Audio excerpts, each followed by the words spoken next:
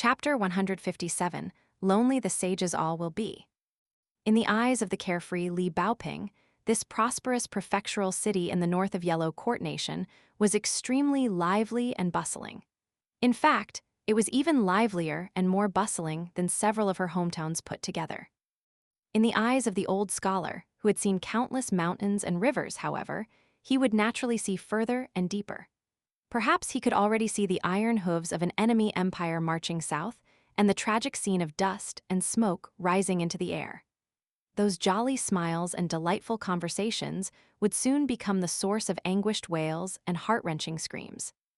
In fact, it was surprisingly those haggard beggars sitting on the sides of the streets who would experience less pain and suffering in the future. As for those hooligans and rogues, they would further find great opportunities in that chaotic world. Perhaps they would even soar in status to become the new officials and generals of Yellow Court Nation. However, the old scholar had already experienced many vicissitudes, so he naturally wouldn't allow these emotions to show on his face, lest he ruin the good mood of the little girl and young boy. Weaving left and right through the streets, the old scholar eventually led them to an old bookshop where he bought them a few books each. The owner of the bookshop was an old man who had failed to achieve success in the imperial examination, and he was someone who would often feel a sense of superiority and not pay much heed to others. However, he felt a sense of familiarity and respect toward the eloquent old scholar, and he was eventually captivated by the knowledge and moral principles of the old scholar. The books were meant to cost around 20 taels of silver, yet the old man insisted that he would only accept 10 taels of silver.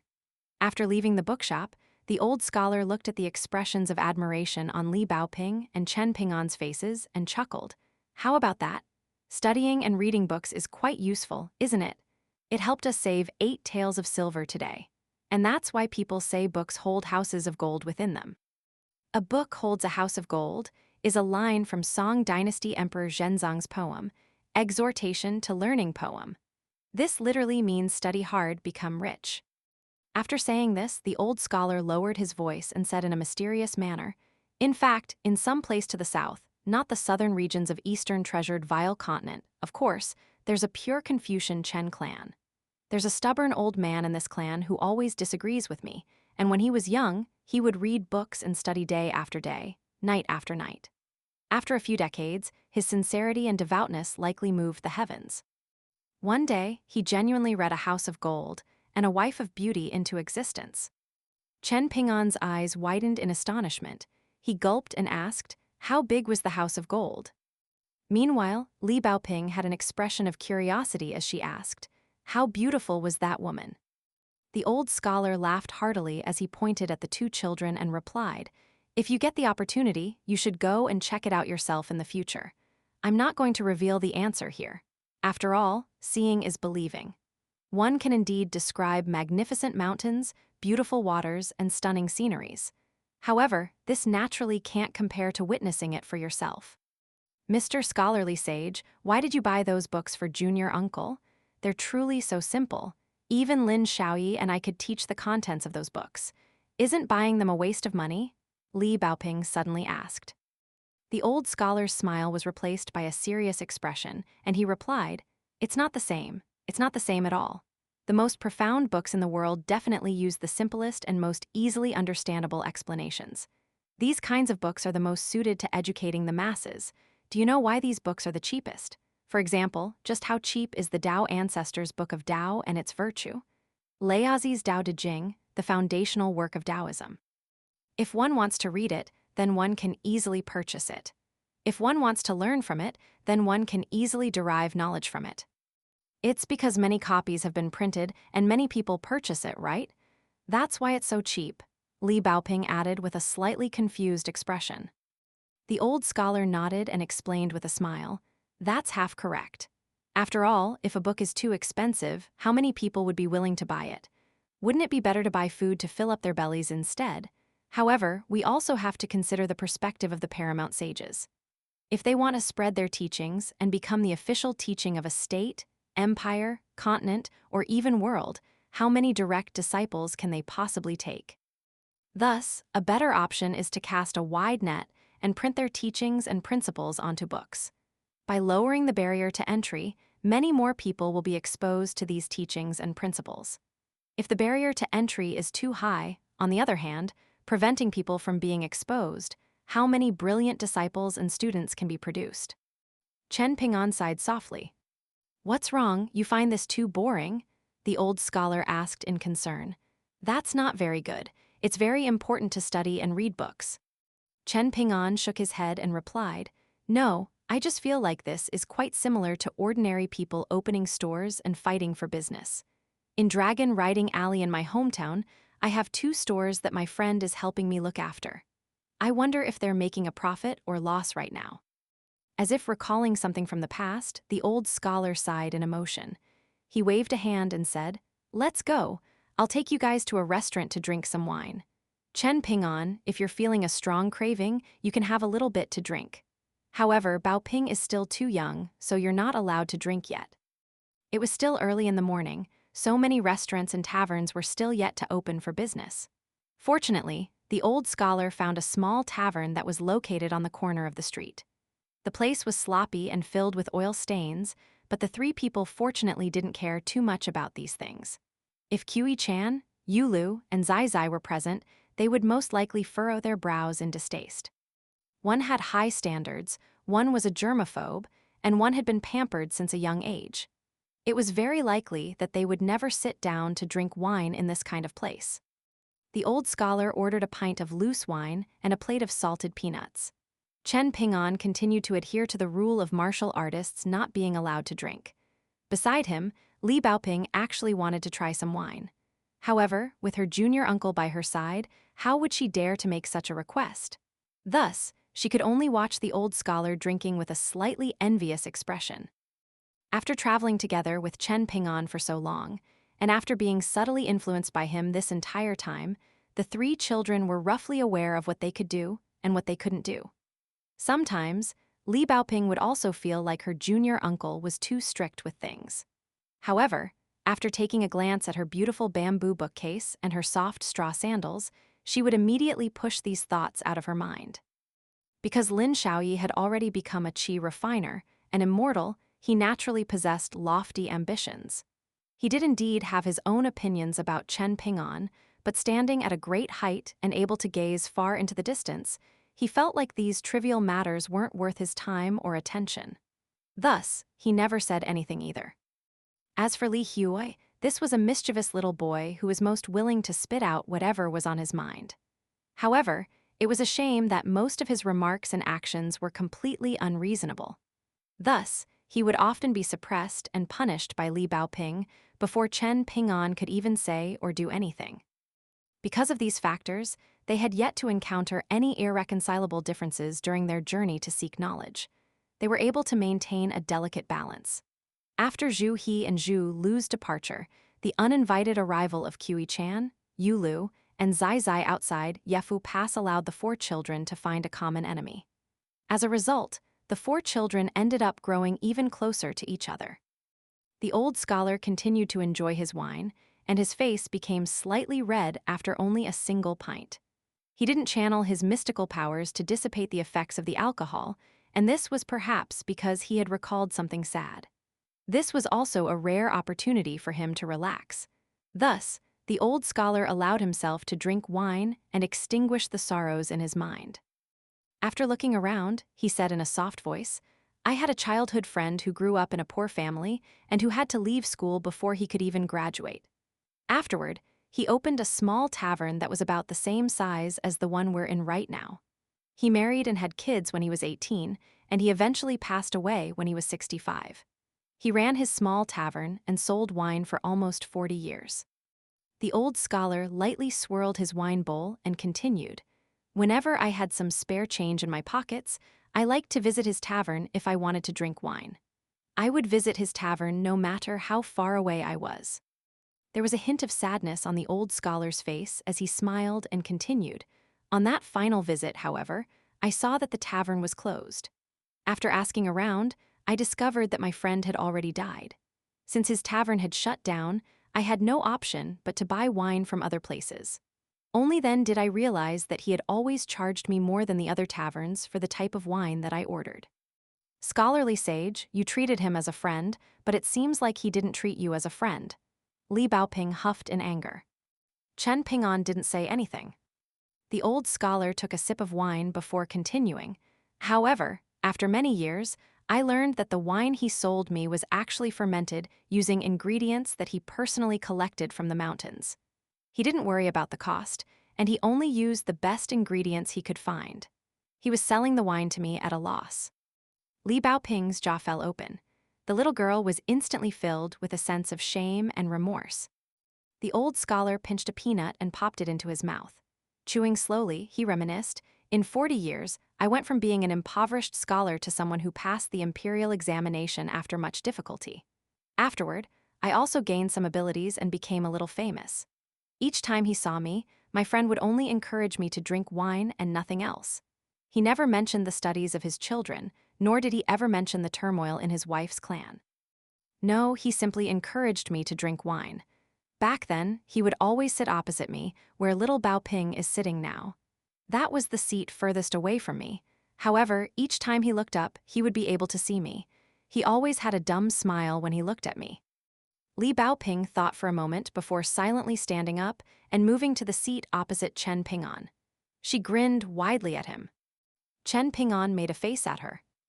Only afterward did I find out that his children had either become extremely powerful officials who were wanton and domineering, bringing calamity upon both the empire and its citizens, or become young wives of officials who ruthlessly killed their maidservants for the most trivial reasons. His wife's clan suddenly shot up in status and gained immense wealth as well, becoming one of the largest clans in their prefecture. This was a sinister clan from top to bottom, and they were willing to do anything for the sake of wealth and fame. They brought pain and suffering to countless common people. The old scholar dazedly stared at the empty seat opposite him as he continued. "However, you insisted on guarding that rundown tavern and selling wine. You fermented wine year after year, all the way until you died of old age." Li Baoping's jaw fell open again. There was a look of incredulity on her face. The old scholar retracted his gaze. As he drank the low-quality wine and enjoyed the side of salted peanuts, he said to Chen Ping'an, "You need to apply yourself and earnestly practice martial arts and swordsmanship in the future. You shouldn't try to speak reason all the time, and you especially shouldn't be stubborn and do exactly as the books say. You need to understand how to be flexible. Otherwise, you'll become very tired very quickly. In the end, you might look around and discover that you're all alone, with not a single friend beside you. Because they need to lead by example, have the sages past and present not done many unreasonable things as well." The old scholar extended a finger and drew a line on the table. His arm eventually became straight, and it looked as if he wanted to extend the line out of the table as well. Just think about it. There are some paths that you can walk alone for 1 year, but what about 10 years? What about 100 years? 1,000 years? Yet, some people are extremely stubborn and insist on continuing down these paths by themselves. So, what should be done? If that's the case, then one must do the appropriate things at the appropriate times. One can't be too stubborn or conceited because of their experience or old age. After experiencing everything, one will no longer feel regret when one journeys alone down their path of the great Tao in the future. Instead, they'll feel.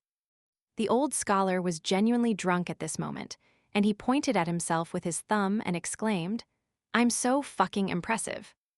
After proclaiming this in a proud voice, the old scholar's head tilted forward and banged into the table with a loud thud.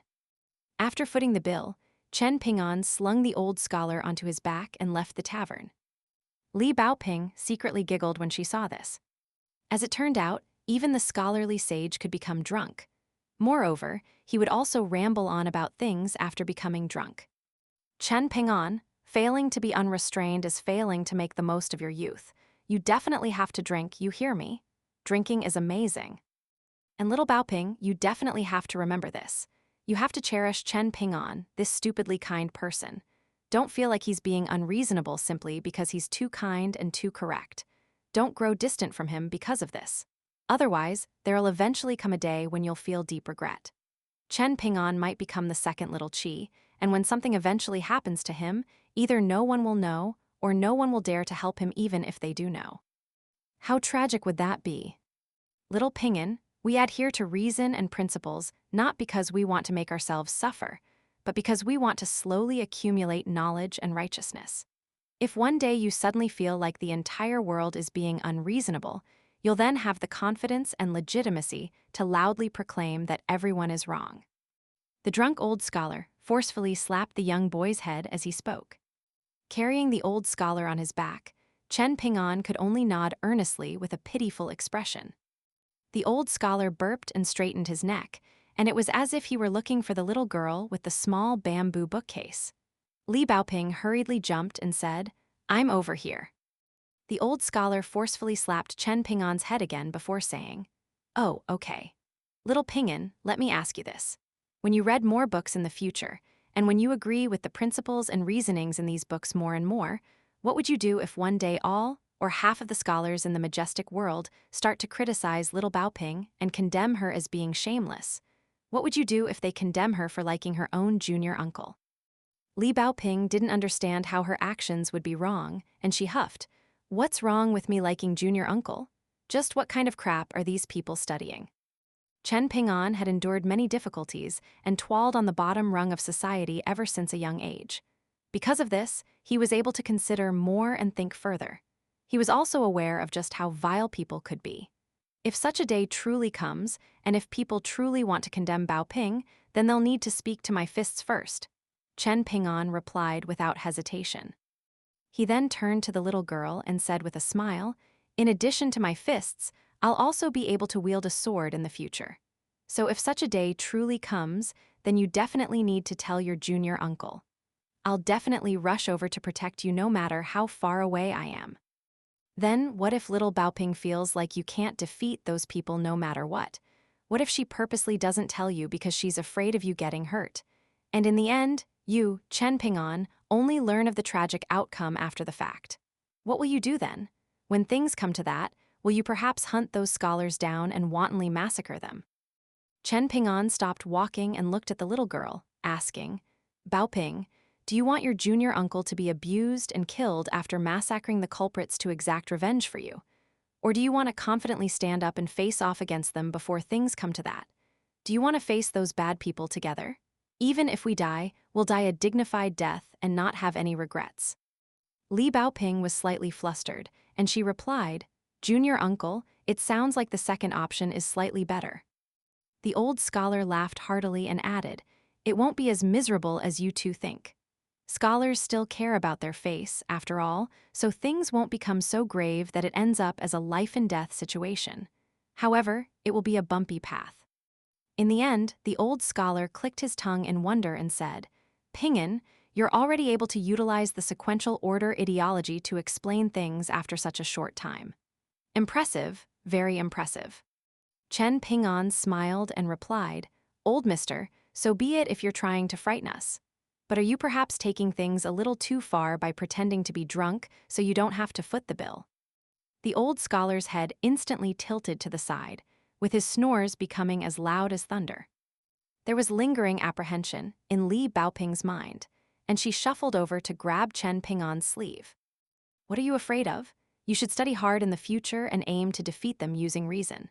If this still isn't enough, then your junior uncle will also practice his fist techniques and swordsmanship even more earnestly starting from today. At that time, I'll stand on my sword and fly over with a whoosh, covering thousands of kilometers and arriving by your side in a flash. Just think about it, everyone will be wide-eyed with shock as they crane their heads to look up at your junior uncle. The situation will be the same as when we saw Wind Snow Temple's Wei Jin back then. When that time comes, you can tell everyone that this is my junior uncle. Is he impressive?